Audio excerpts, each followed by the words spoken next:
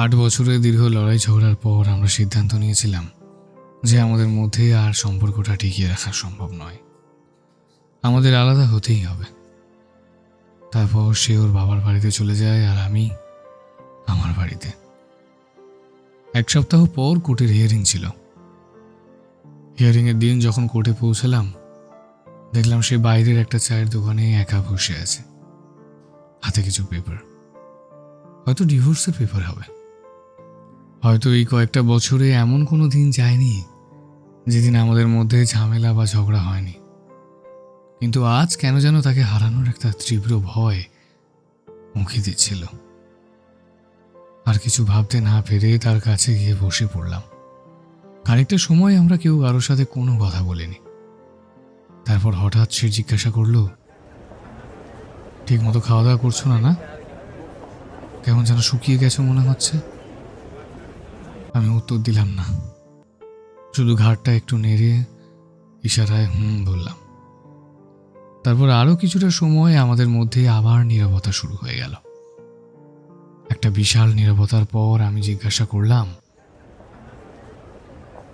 আজ থেকে তো আমরা আলাদা, তোমার প্রতি আমার আর কোনো অধিকার থাকছে না, আর হয়তো কখনো অধিকার খাটিয়ে ঝগড়া করতেও পারবো না। তুমি আজ থেকে পুরো স্বাধীন। সে কিছু বলল না, শুধু চুপ করে বসে রইল। তারপর আবার বললাম, আজ থেকে আর লড়াই ঝগড়া করার মতো কেউ রইল না তোমার কাছে, শুনছো? এবার যেন সে একটু কাঁদো কাঁদো স্বরে বলে উঠল, আমি পারবো না, তোমাকে ছাড়া থাকাটা আমার পক্ষে অসম্ভব। এতদিন হয়তো ঝগড়া ঝামেলার জন্য আমার মনে হয়েছে যে তোমাকে ছেড়ে থাকতেই হবে, এটা কোনো জীবন নয়। তবে একটা দিন তোমার সাথে আলাদা থেকে আমি বুঝতে পেরেছি আসছে জীবনটা এই ঝগড়াই আমাদেরকে একসাথে রাখবে। আমি কিছু না বলে তাকে জড়িয়ে ধরে হাউমাউ করে কাঁদতে শুরু করে দিলাম।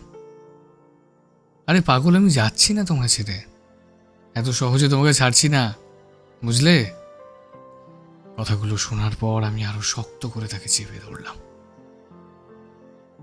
আর আমরা আবার একসাথে থাকতে শুরু করলাম।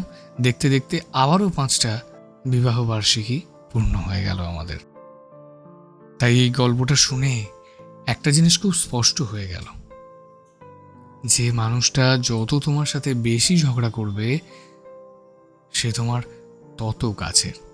এবার বিষয়টা হচ্ছে ঝগড়ার টপিক নিয়ে, সেটা তোমায় ডিসাইড করতে হবে যে মানুষটা যেটা নিয়ে ঝগড়া করছে সেটা কতটা সিরিয়াস, কতটা তোমার মনে খারাপ জায়গা তৈরি করছে।